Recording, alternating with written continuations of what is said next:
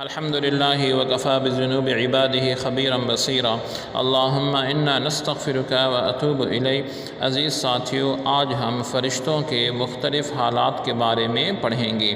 فرشتوں کی کئی قسمیں ہیں، کئی درجے ہیں، جیسے کہ سورہ فاطر میں آیت نمبر 1 میں ارشاد ہے، اعوذ باللہ من الشیطان الرجیم، بسم اللہ الرحمن الرحیم،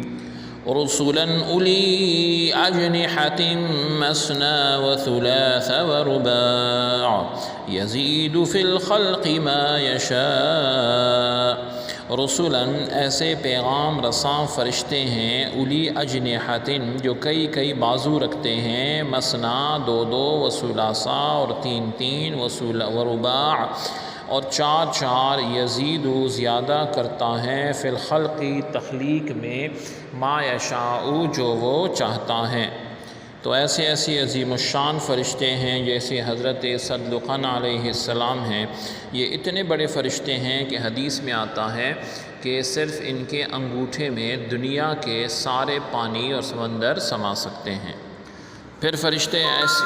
ایسی مخلوق ہیں جو مختلف شکلیں اختیار کر سکتے ہیں، اور حضرت مریم علیہ السلام، ابراہیم علیہ السلام، لوط علیہ السلام، ان کے پاس انسانی شکل میں فرشتے حاضر ہوئے تھے۔ جبرائیل علیہ السلام جو ہیں اکثر انسانی شکل میں تشریف لاتے تھے۔ تو پتہ یہ چلا کہ فرشتے اللہ کے حکم سے مختلف شکلیں انسانوں کی یا مختلف شکلیں جو جنات کی یا جو ہیں، کیونکہ وہ ہوائی مخلوق ہیں،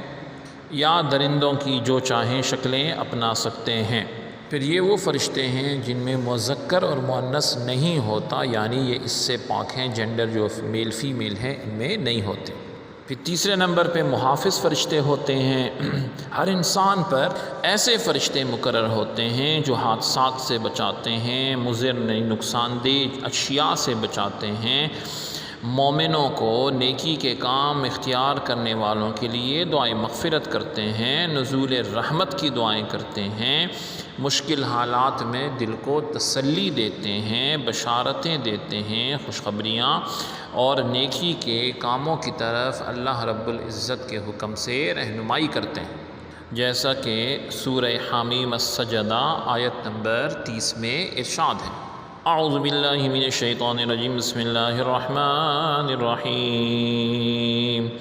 ان الذين قالوا ربنا الله ثم استقاموا تتنزل عليهم الملائكة ألا تخافوا ولا تحزنوا وأبشروا بالجنة التي كنتم توعدون۔ انا بے شک الذین وہ لوگ، قالوا جنہوں نے کہا، ربنا ہمارا رب، اللہ رب العزت ہے،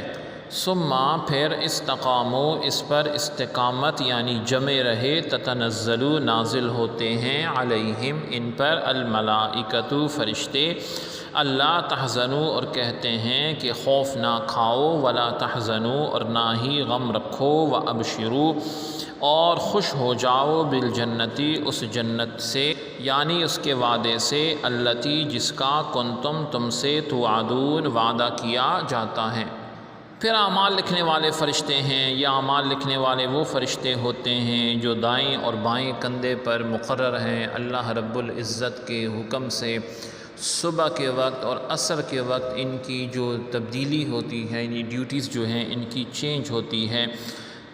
ہر عمل کو یہ لکھتے ہیں، محفوظ کرتے ہیں، قیامت کے دن اعمال ناموں کی شکل میں ہر شخص کو پیش کیے جائیں گے۔ سورہ انفطار آیت نمبر 10 اور 11 میں ارشاد ہے، اعوذ باللہ من الشیطان الرجیم، بسم اللہ الرحمن الرحیم، وَإِنَّ عَلَيْكُمْ لَحَافِظِينَ كِرَامًا كَاتِبِينَ، وَإِنَّا اور بے شک، علیکم تم پر، لحافظین محافظ فرشتے ہیں، کرامن عزت والے، معزز، کاتبین تمہارے اعمال لکھنے والے۔ پھر سورہ کاف آیت نمبر 18 میں ارشاد ہے، ما یلفظ من قول الا لدیہ رقیب عتید، ما یلفظو نہیں نکلتا من قول کوئی بات ان کے منہ سے الا مگر لدیہ وہ اس کے پاس ہوتا ہے رقیب نگہبان عتید اور چست فرشتہ جو اس کی ہر بات کو لکھ لیتا ہے۔ تو فرشتوں پر ایمان لانے سے اللہ رب العزت کی عظمت کا احساس ہوتا ہے کہ اس کا کیسا عظیم الشان نظام ہے، کیا بے پایا رحمتوں کا احساس انسان کو ہوتا ہے۔ فرشتوں کی موجودگی ایمان کی، یعنی اس پر ایمان جو انسان لاتا ہے تو انسان میں یہ احساس پیدا ہوتا ہے کہ میرے ہر چھوٹے بڑے عمل کی نگرانی ہو رہی ہے۔ میدان جہاد ہے، دین کا کام ہے، مشکلات ہیں، ثابت قدمی کا باعث فرشتے اللہ کے حکم سے بنتے ہیں، اور فرشتوں کی جو دعائیں ہیں یہ انسانوں کی مغفرت کا ذریعہ بھی بنتی ہیں۔ سبحانک اللہم و بحمدک اشہد ان لا الہ الا انت استغفرک و اتوب الیک۔ سبحان ربک رب العزت عما یصفون و سلام علی المرسلین والحمد للہ رب العالمین۔